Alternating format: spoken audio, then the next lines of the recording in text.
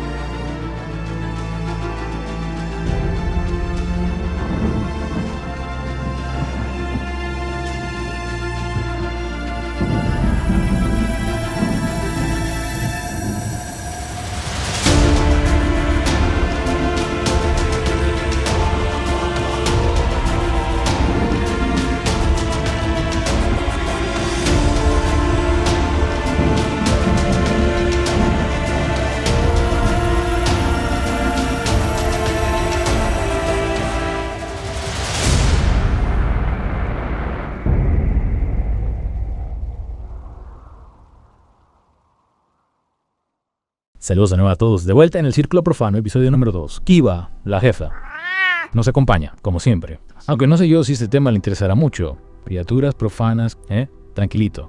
Bueno, a mí me fascinan, desde luego. Y a nuestros oyentes, seguro que también. Sin duda. Y hablando de oyentes, no nos olvidamos de nuestros mecenas, claro. Gracias a su apoyo podemos seguir con este viaje a lo desconocido. Recordad que Criaturas Profanas Volumen 1 sale en noviembre. Si querés acceso anticipado y contenido exclusivo, pasaos por el Patreon de Atosir. Hay mucho que descubrir. Totalmente. En este episodio vamos a diseccionar ese Criaturas Profanas Volumen 1. Y os adelanto, no es un libro cualquiera.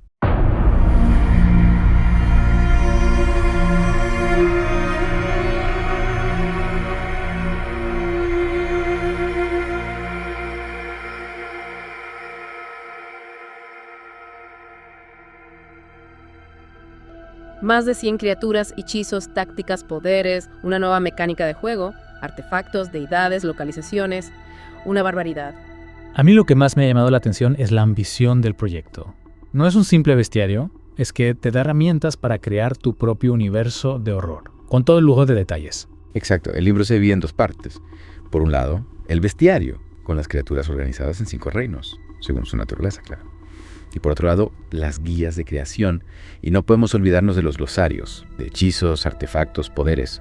Es una enciclopedia de lo profano. Y a pesar de ser tan denso, está muy bien estructurado. Por ejemplo, el bestiario incluye información sobre la escala y la morfología de cada criatura, para facilitar la búsqueda y la comparación. Hablando de las criaturas, creo que lo que las hace especiales es la conexión con la realidad. El libro se inspira en la historia, el folclore. Pero no se limita a copiar y pegar. Toma elementos reales y los adapta, los retuerce, para crear algo nuevo, perturbador. Como si la realidad se hubiera filtrado a través de un prisma oscuro. Eso es. Y aviso a navegantes. Algunas descripciones son crudas. No olvidemos que es un libro para mayores de 18 años. Aunque el libro está pensado para ratas en las paredes, las criaturas se pueden adaptar a otros juegos de rol. Las guías te dan consejos para convertir estadísticas en hechizos. Me encanta esa versatilidad. Y ahora, la pregunta del millón. ¿Cómo se crea una criatura profana? El libro propone un proceso que va de lo abstracto a lo concreto. Empezamos con una idea, una imagen, incluso una ilustración, y a partir de ahí construimos. ¿Te imaginas a Kiva convertida en una criatura profana? Mejor no darle ideas. Bueno, el caso es identificar los elementos clave. morfología, tamaño, color, extremidades. Cada detalle cuenta para la identidad de la criatura. Y una vez tenemos esos elementos, pasamos al esquema estructural. El libro nos plantea una serie de preguntas. ¿A qué reino pertenece? ¿Cuáles son sus claves, sus características distintivas? ¿Cuál es su origen? ¿Qué tipo de folclore ha generado? ¿Dónde habita? ¿Cuál es su naturaleza, su comportamiento? ¿Qué señales anuncian su llegada? Uf, menudo proceso. Pero imagino que es necesario para dotar a la criatura de una historia, de una personalidad. Totalmente. Cada pregunta nos ayuda a comprenderla mejor, a integrarla en nuestro universo de juego. Y por último, llegamos a las estadísticas y debilidades. Aquí hay que equilibrar las cosas, ¿no? Que la criatura sea desafiante pero no invencible. El libro insiste en que cuanto más poderosa, mayor debe ser su debilidad. No solo por equilibrio, sino también por narrativa. Una debilidad bien construida puede añadir tensión a las partidas. Y nos recuerda que incluso los monstruos más terribles tienen puntos débiles. Una lección que también podemos aplicar a la vida real, ¿no? Totalmente. Pero antes de ponernos filosóficos, ¿qué te parece si analizamos un ejemplo? Digamos, una criatura acuática, con tentáculo. ¿Por dónde empezaríamos? Pues, primero, la visualizaríamos. Imaginemos esos tentáculos. ¿Son grosos o delgados? ¿Lisos? ¿Con espinas? ¿Cuántos hay? ¿De qué color son? Vale, digamos que 6 tentáculos, gruesos, grisáceos, cubiertos de espinas retráctiles y quistos con unas marcas, como cicatrices de combates anteriores, como si Kiba le hubiera sacado las uñas. Esperemos que no se inspire demasiado. Bueno, digamos, ya tenemos la imagen. Pensemos en su estructura interna.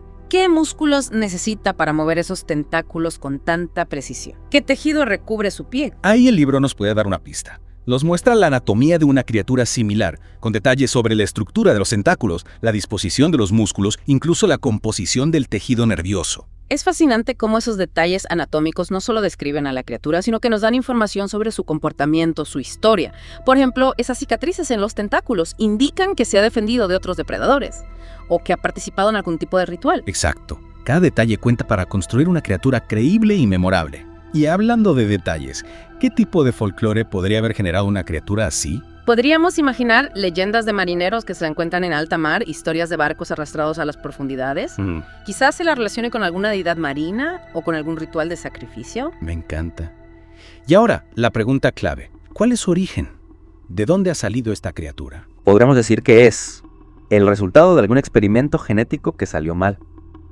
O una especie antigua que ha sobrevivido en las profundidades durante millones de años. Incluso una entidad extradimensional que se manifiesta en nuestro mundo a través de las aguas. Las posibilidades son infinitas. Y lo mejor es que el libro nos anima a explorarlas, a dar rienda suelta a nuestra imaginación. Creo que es un buen momento para hacer una pausa y dejar que nuestros oyentes reflexionen sobre todo lo que hemos visto hasta ahora. De acuerdo. En la próxima parte exploraremos cómo dar vida a nuestra criatura, desde su comportamiento hasta sus poderes. Y no olvidaremos el elemento clave, su debilidad.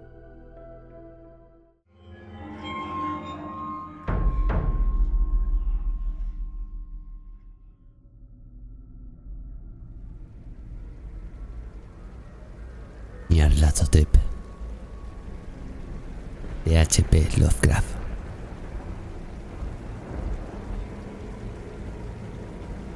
Nyarlathotep, el caos que se arrastra.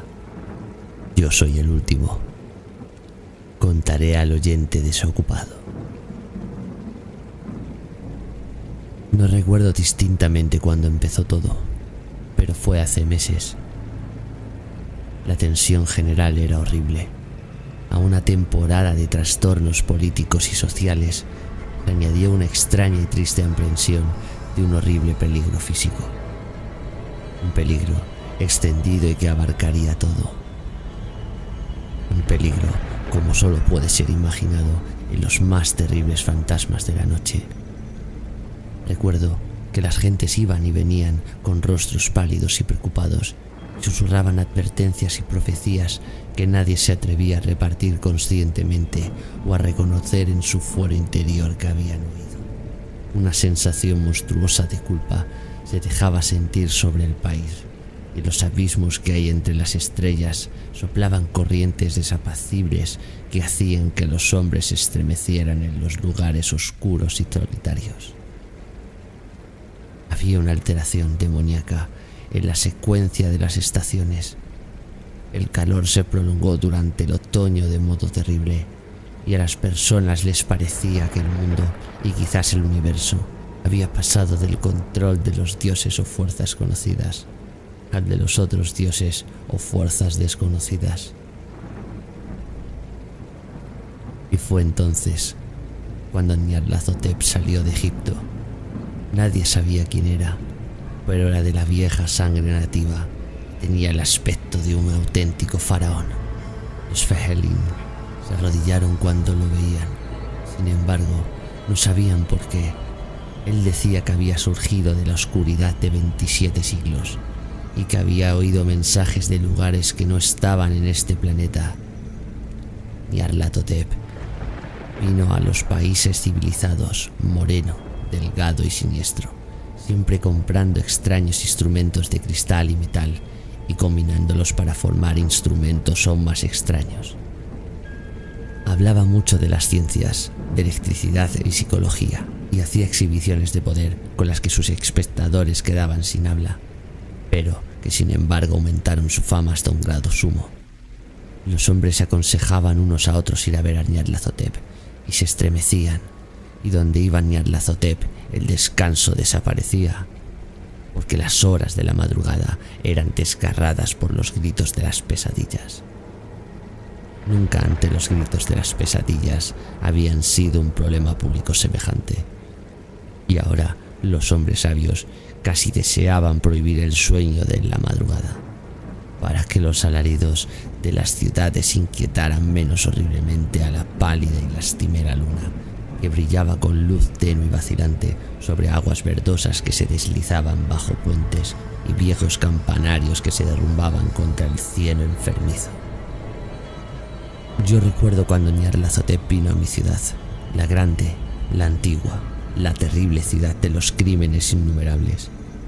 Mi amigo ya me había hablado de él y de la irresistible fascinación y encanto de sus revelaciones, y yo deseaba ardientemente explorar sus más recónditos misterios. Mi amigo me dijo que eran horribles e impresionantes, más allá de mis más enfebrecidas imaginaciones, que había sido proyectadas en una pantalla en la habitación a oscuras.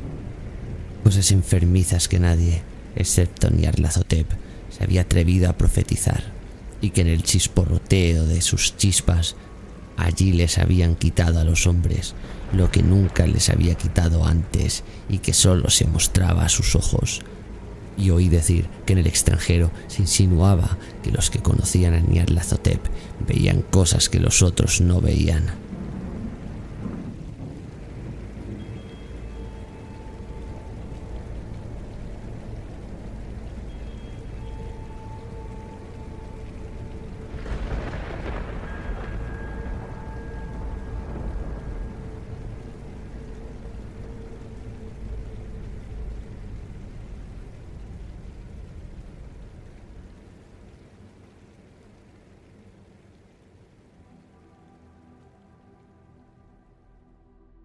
Retomamos nuestra inmersión en Criaturas Profanas volumen 1. Seguimos diseñando nuestra criatura acuática. Ya tenemos la imagen, ¿no? Esos 6 tentáculos gruesos, grisáceos, con espinas y marcas de batalla. Pero una criatura es mucho más que su aspecto. Claro, hay que dotarla de vida, de personalidad. ¿Cómo se comporta? ¿Es agresiva, cautelosa, solitaria o vive en grupo? ¿Cómo caza? ¿Cómo se comunica? Kiva, la jefa, yo creo que sería una criatura solitaria, ¿eh? Bastante arisca. Puede, aunque con esos tentáculos igual prefiere vivir en grupo para acorralar a sus presas. Buena idea. Quizás nuestra criatura es un depredador solitario que se echa en las profundidades, atrayendo a sus presas. Y los tentáculos, además de para atrapar, los usa para explorar, detectar vibraciones, cambios de presión. Me gusta esa imagen. Inquietante y fascinante. Y ahora viene la parte divertida. Los poderes. ¿Qué habilidades especiales tendrá? El libro nos da un montón de opciones. Hechizos, tácticas, poderes pasivos. Podríamos darle la capacidad de generar campos eléctricos, para aturdir a las presas, o de segregar un veneno paralizante. A través de las espinas, incluso podría controlar mentalmente a otras criaturas marinas. Más pequeñas, claro, usándolas como exploradoras o señuelos. ¿Te imaginas a Kiva controlando un ejército de peces? Prefiero no imaginarlo. Ajá. Bueno, volviendo a la criatura. No olvidemos que todo poder tiene su debilidad. ¿Cuál sería el talón de Aquiles de nuestro monstruo marino? Podríamos decir que es vulnerable a la luz solar, que su piel se reseca al contacto con el aire, o que su sistema nervioso es sensible a ciertos sonidos. A frecuencias ultrasónicas, por ejemplo. Eso del sonido me gusta. Imagina la tensión en una partida. Los jugadores tienen que usar un dispositivo sónico para ahuyentar a la criatura, sabiendo que cualquier fallo los puede atraer. Exacto. La debilidad no solo equilibra el poder de criatura, sino que añade un elemento de estrategia. Y hablando de estrategia, el libro también incluye una sección para crear aventuras. Nos enseña a diseñar escenarios, a integrar a la criatura en la trama, a crear desafíos para los jugadores. Es como una caja de herramientas para crear nuestras propias historias de horror. Y lo mejor es que podemos compartirlas con la comunidad, inspirarnos mutuamente, expandir el universo de criaturas profanas. Esa es la magia de los juegos de rol, ¿no? Crear mundos juntos, compartir experiencias, dar rienda suelta a la imaginación. Y hablando de imaginación, ¿qué te parece si exploramos la creación de aventuras? ¿Cómo podríamos integrar a nuestra criatura acuática en una historia que enganche a los jugadores? Me parece una idea genial. Imaginemos. Un grupo de investigadores que viaja a una isla remota. Buscan una ciudad sumergida, legendaria. Las leyendas hablan de una criatura que la protege. Los jugadores tendrán que enfrentarse a los peligros del océano, a los misterios de la ciudad y a la amenaza de la criatura. ¡Qué escalofríos! Y podríamos añadir pistas, ¿no? Que sugieran la presencia de la criatura. Restos de barcos destrozados, sonidos extraños, pescadores que susurran historias de un monstruo. Y no olvidemos el impacto psicológico. La criatura no es solo una amenaza física, es un símbolo de lo desconocido, del horror que acecha en las profundidades. Los jugadores tendrán que lidiar con el miedo a ser atacados y con la incertidumbre. La sensación de estar siendo observados, de que algo terrible les espera. Como una película de terror, pero con la posibilidad de tomar decisiones, de influir en el curso de los acontecimientos. Exacto. Y Criaturas Profanas Volumen 1 nos da las herramientas para crear ese tipo de experiencias. Lo de un bestiario, un sistema de creación y una guía para integrar las criaturas en nuestras historias. Sin duda. Un manual imprescindible para los amantes del horror. Y creo que es un buen momento para hacer una pausa y retomar el análisis en la tercera y última parte. De acuerdo. En la próxima parte hablaremos del folclore, de su importancia para crear criaturas memorables, y veremos cómo Criaturas Profanas Volumen 1 utiliza las leyendas y los mitos para dotar a sus criaturas de una profundidad narrativa aún mayor.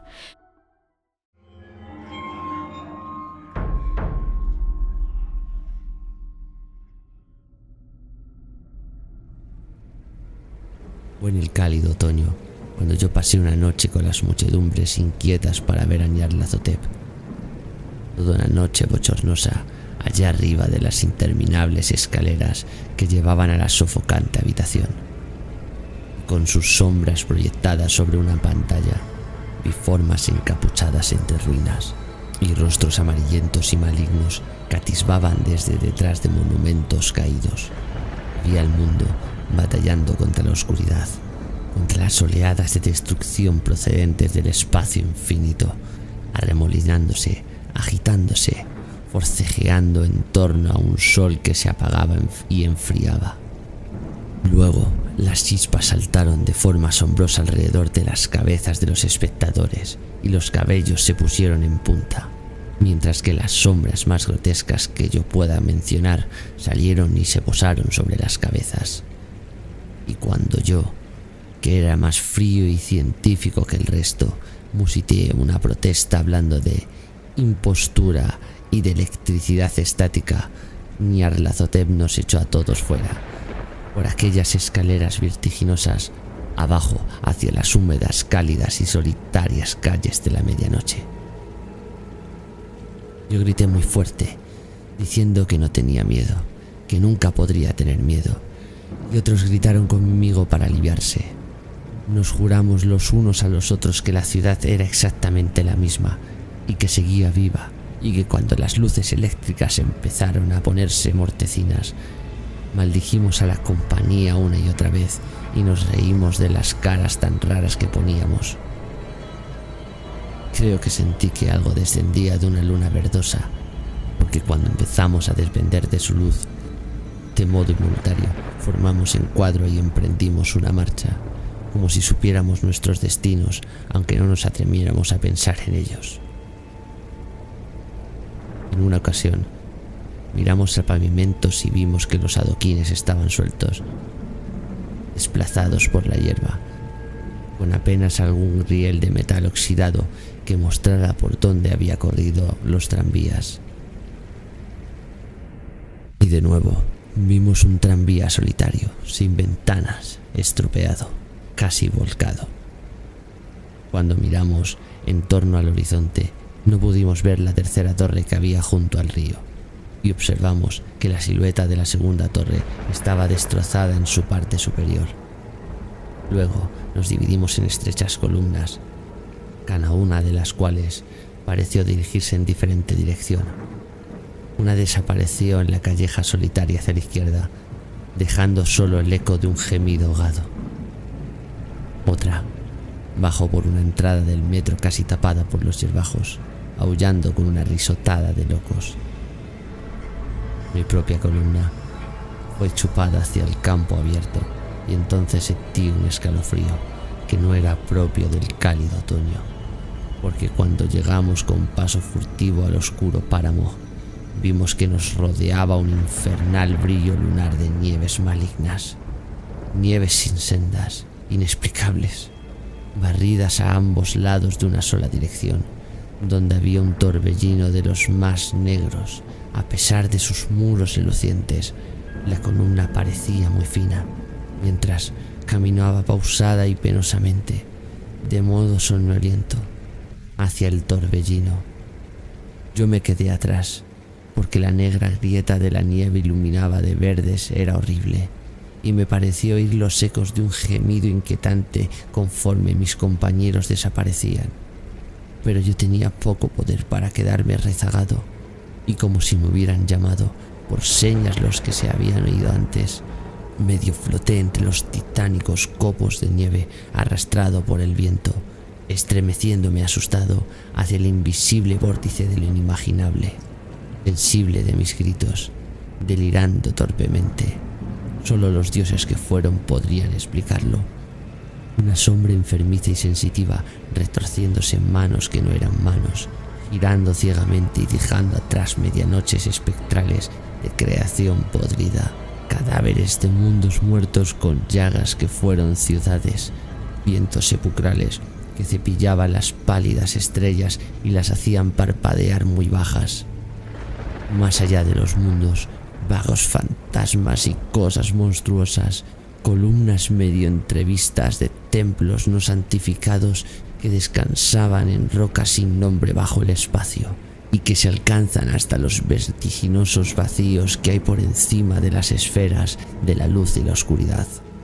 Y a través de este repugnante cementerio del universo, un ahogado y enloquecedor batir de temblores y el fino y monótono gemido de flautas blasfemas desde las inconcebibles y oscuras cámaras que hay más allá del tiempo, el detestable golpeteo de los silbidos flauteados, más allá que danzan, lenta y torpemente, de modo absurdo, los gigantescos y tenebrosos otros dioses, las ciegas, mudas y estúpidas gárgolas cuya alma es Nyarlathotep.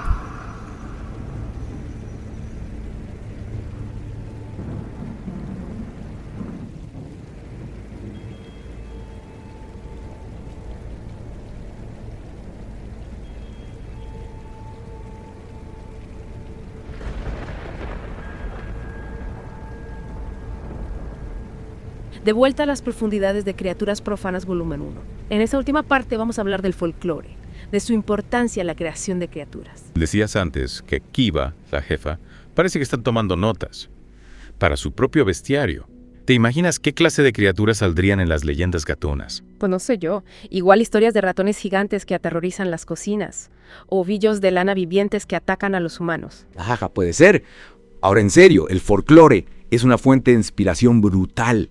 Para crear criaturas memorables, claro. Y Criaturas Profanas, volumen 1, lo sabe. Lo interesante es que no se limita a copiar el folclore.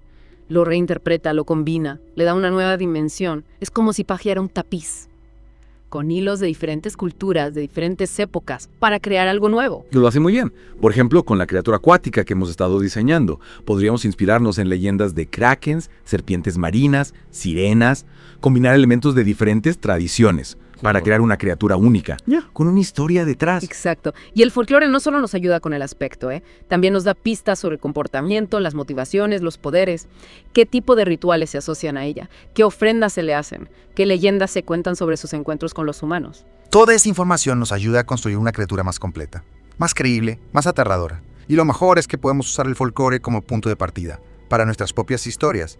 ¿Qué pasaría si nuestra criatura fuera la guardiana de un artefacto mágico o la reencarnación de una deidad marina? Las posibilidades son infinitas y el libro nos anima a explorarlas, a no tener miedo a experimentar, a romper las reglas, a crear algo único. Esa es la esencia de este manual. No te da solo un conjunto de reglas, te invita a ser creativo, a convertirte en autor de tus propios mundos de horror, a darles vida con tus propias leyendas. Y a compartir tus creaciones. A fin y al cabo, los juegos de rol son una experiencia colectiva, una forma de crear historias juntos. Totalmente. Y Criaturas Profanas Volumen 1 es una herramienta increíble para eso, para dar rienda suelta a esa creatividad compartida. Y con esto, queridos oyentes, llegamos al final de nuestra inmersión en este manual. Ha sido un placer explorar sus profundidades contigo. Y esperamos haberos inspirado para crear vuestras propias criaturas, para dar vida a vuestros mundos de horror. Y a ti, Kiva, la jefa, esperamos que este viaje por el lado oscuro te haya dado alguna idea. ¿Quién sabe? Igual un día nos sorprendes con tu propio bestiario. Hasta el próximo episodio, amantes del oculto. En el programa 3 exploraremos la guía de criaturas. Desvelaremos aún más secretos para crear seres únicos. No os lo perdáis.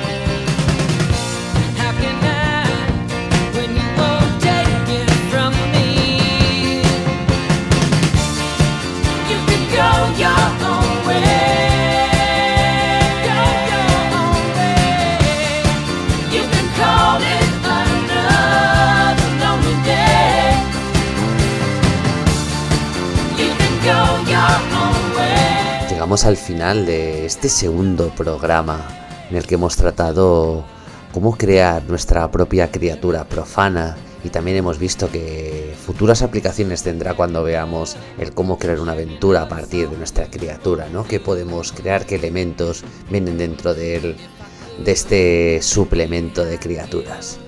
Así que espero que os haya gustado. Ya estáis invitados a ese tercer capítulo en el que, como bien hemos dicho, vamos a ver esa guía para escoger a nuestra criatura profana, sobre todo de cara a aquella vez que cojamos el libro por primera vez o cuando se lo enseñamos a alguien. Es una forma rápida de obtener información bastante interesante. Así que nada, si estáis escuchando este podcast y os ha gustado el rollito, os invito a seguir en mis redes sociales en X, que os hagáis mecenas gratuitos para estar informados de todos los proyectos, las novedades y la actualidad. Y si queréis descargar el contenido, haceros con las copias físicas y participar en el mecenazgo de la edición limitada de Criaturas Profanas, pues os invito a que os hagáis mecenas y así también podréis escuchar los episodios especiales y tener más material todas las semanas. Así que un saludo y nos vemos la semana que viene.